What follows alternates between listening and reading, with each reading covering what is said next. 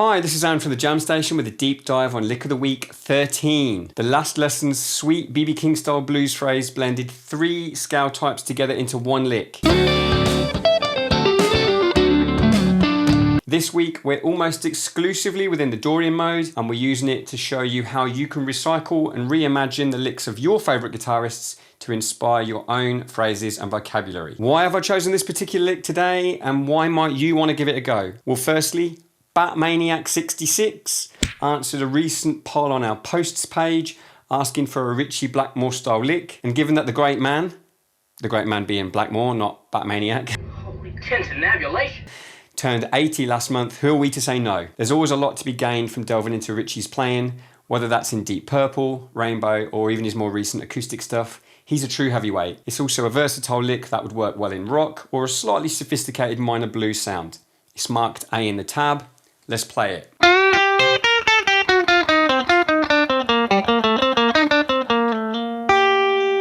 So, our objectives. What will have you learnt by the time you get to the end of this video?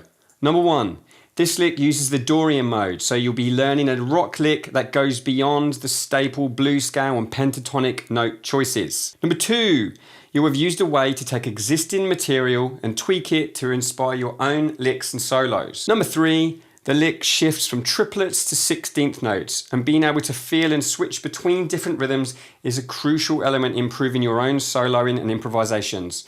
So hang around till the end for a bonus exercise I've used a lot over the years to improve both my own sense of rhythm and timing, as well as that of my students. Okay, let's get started. Remember, we're now adding chapters in the description, so if you want to repeat or even skip a section, please do so. Work through the lesson at your own pace so that you get the most from it. And remember, the tab from this lesson is available on Patreon. Membership is currently only $1 a month, okay? You get a lot for that dollar. So we're playing over a C minor chord here, okay?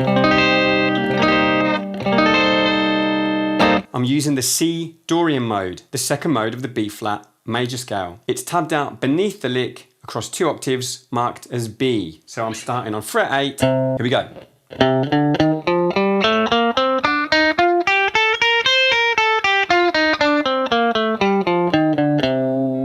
If you don't know that, make sure you get it under your fingers before you advance. Let's break it down and explore the lick. So bar 1 is straight triplets. Licks of the week 1, 6, 10. They all made extensive use of triplets, and those are linked below if you're interested. With triplets, we're counting 3 notes per beat. So 1 and a 2 and a 3 and a 4 and a. So let's break the bar down into small groups, loop them, achieve muscle memory, and beat 1 starts with our classic blues bend, okay? In C, bend the 4th up to the 5th. Okay, pick the 5th on the B string, and then onto the root note on the top string. Counting triplets, 1 and a. Okay, I'm sure you've all played that before. Okay, I'm gonna play up, down, down, in a kind of sweeping motion through the top 2 strings. Right, the metronome is set to 72 BPM. Let's go.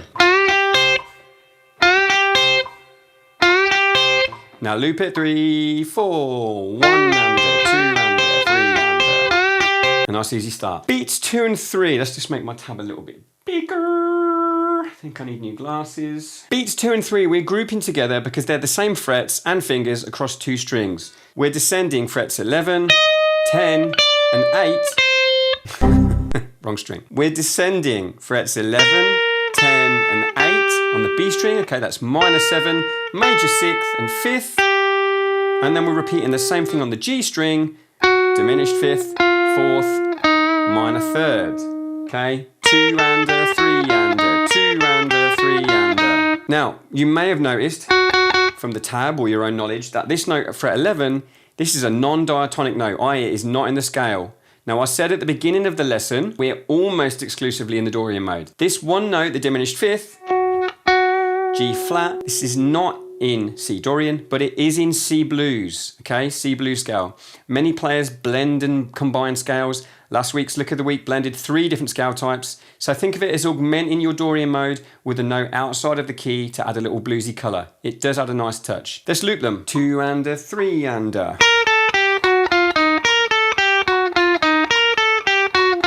A little note about fingering here.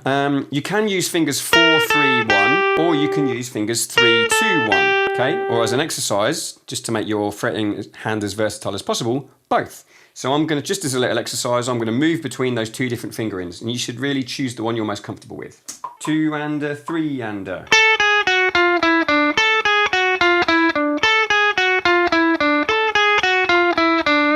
Now let's play all 3 beats. Now, remember, if this metronome tempo, currently 72 BPM, is too fast, pause the video, use your own metronome at a tempo more suited to your level. Could be faster, could be slower, but you want to be picking these notes cleanly. All 3 beats together. 2 and a 3 and a.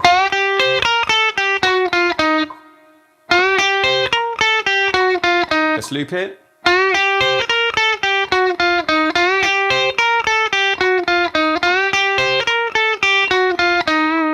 Beat 4 contains a roll, okay? We're gonna roll the 3rd finger across the D and G strings at fret 10. Okay, the D string with the tip onto the pad of the finger on the G string, okay? And then we're gonna go back to the minor 3rd at fret 8. Let's loop that.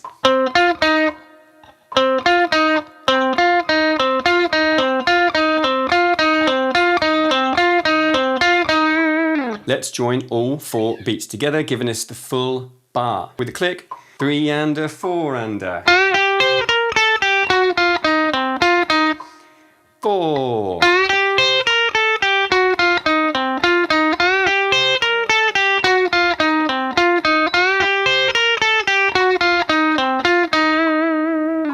First bar done. So well done, we're halfway there. Beat 1 of bar 2 is our final beat of triplets before the rhythm changes. So we're going to come down the scale, we're going to play the 2nd at fret 7 on the G string, before the root, and then the minor 7th on the D string, okay? So that's 7, 10, 8. 3 and a 4 and a 1 and a 2 and a 1 and a 2 and a. Now we've played the major 2nd. That's every single note in the Dorian mode, and that's point 1 of our lesson objectives. Great work. The final 3 beats use 16th notes, so we're now squeezing 4 notes into a beat rather than 3. So we're counting 1 E and a 2 E and a 3 E and a 4 E and a. So for this reason, I'm going to temporarily slow the metronome down to 60 BPM, just to make sure that we're playing cleanly, okay? Learn to recognize the sound of 16th notes. It will really help you when transcribing your licks and solos, okay? You've got that da da da da da da. Now, under normal circumstances, we'd play 16th notes down, up, down, up. But on this occasion, because we finished beat 1 with a down, that means this group will be starting, this group of notes will be played inverted, i.e. up, down, up, down. You'll see I've actually marked the first note on the tab with an upstroke V, okay? Probably highlighted for you now. We've moved down onto the A string, 10, okay? With a little finger, back up to the minor 7th, then the 6th, and then up to the root note on fret 8. Okay, so 2 E and up, down, up, down. Start with the upstroke. Here we go. 3, 4, 1 E and a 2 E and a, and 2 E and a.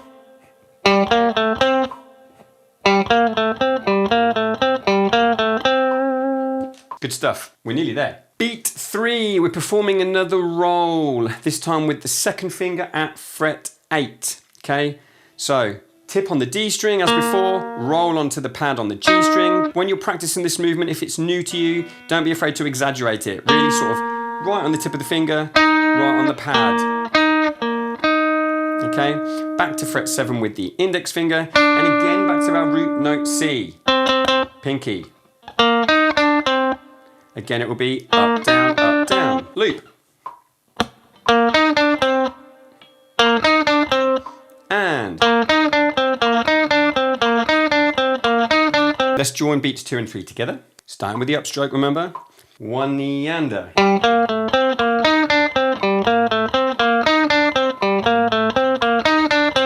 The end of the lick is nice and simple, but effective. I like to slide a lot on my own playing, and to give that lovely major 6th a little more emphasis at the end of the phrase. It really does define the sound of the Dorian, does that major 6. I'm sliding onto it and straight back off it, counting 4 E and, 4 E and.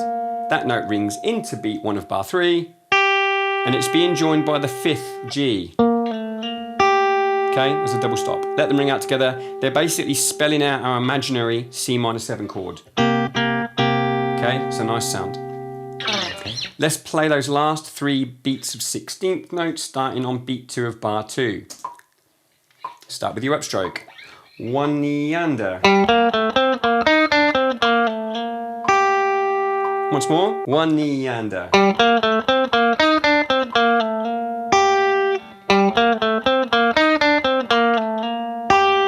Right, that's all of the parts of the lick broken down. Now, objective 2. As I said earlier, the inspiration for this lick was a Ritchie Blackmore phrase, actually taken from Smoke on the Water. You may have already spotted it. But rather than take the exact phrase, which we've done before, I've used a technique that I would recommend anyone applying when building their own lick vocabulary, and that's taking the note content of a phrase that you like, but change the rhythm, to try and create something a little bit more original and in your style. So this could be taking an 8th note phrase and playing it as triplets.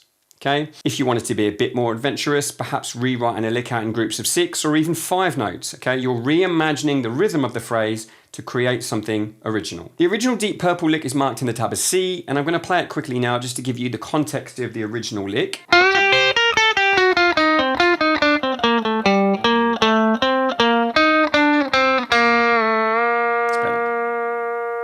That wasn't take 1, just in case you were wondering why I said it was better at the end. Right, so the lick uses 16th notes and 8th notes. To illustrate this concept in a fairly simple fashion, you'll see that I've rewritten all the 16th notes as triplets. Check the tab. Okay, so I've put in these above so you can see the difference.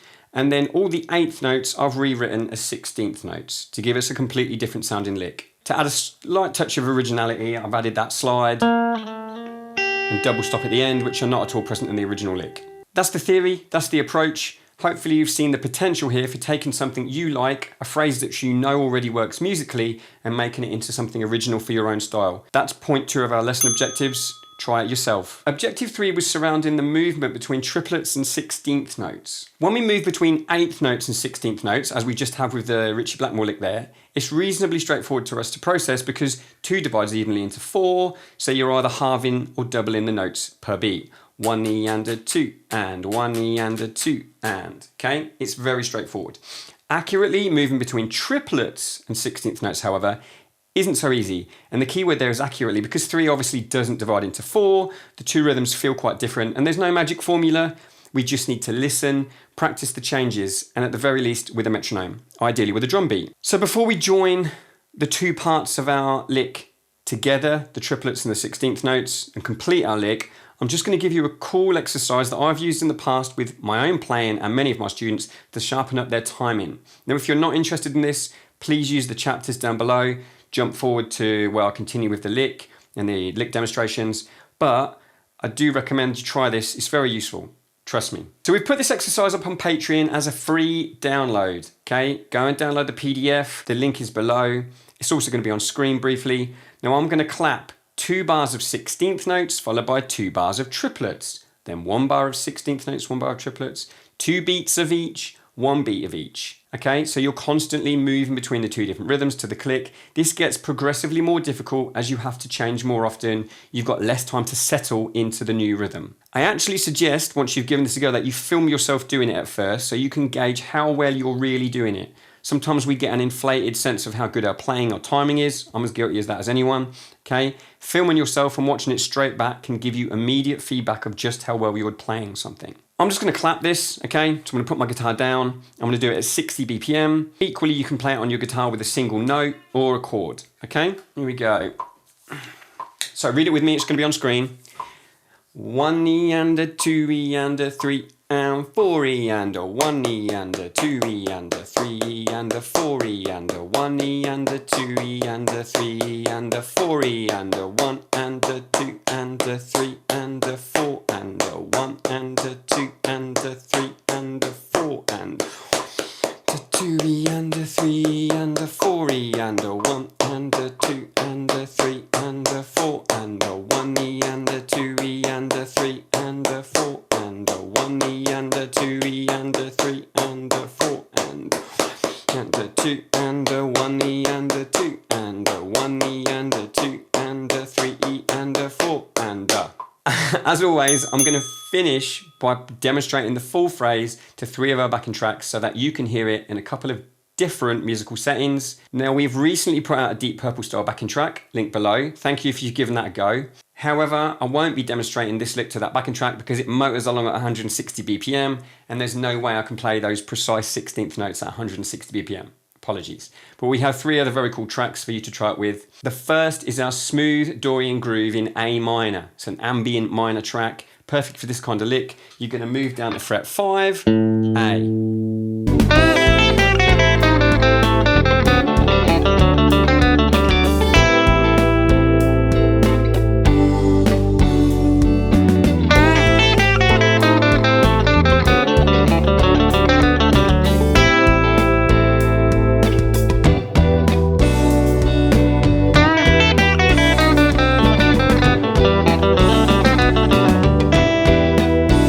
The second is our Soulful Funk groove in B minor, one of our more recent backing tracks. It's actually probably my favourite that we've done this year.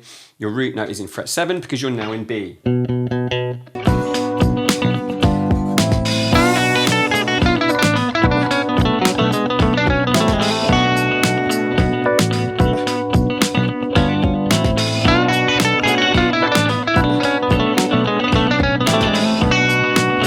The final track is another Dorian track, but a much older one, okay? Move up to fret 10, D for your root note. This track is a gas, okay? It's very funky. It moves between D minor and F minor. Great fun if you want to practice changing key during the course of a track.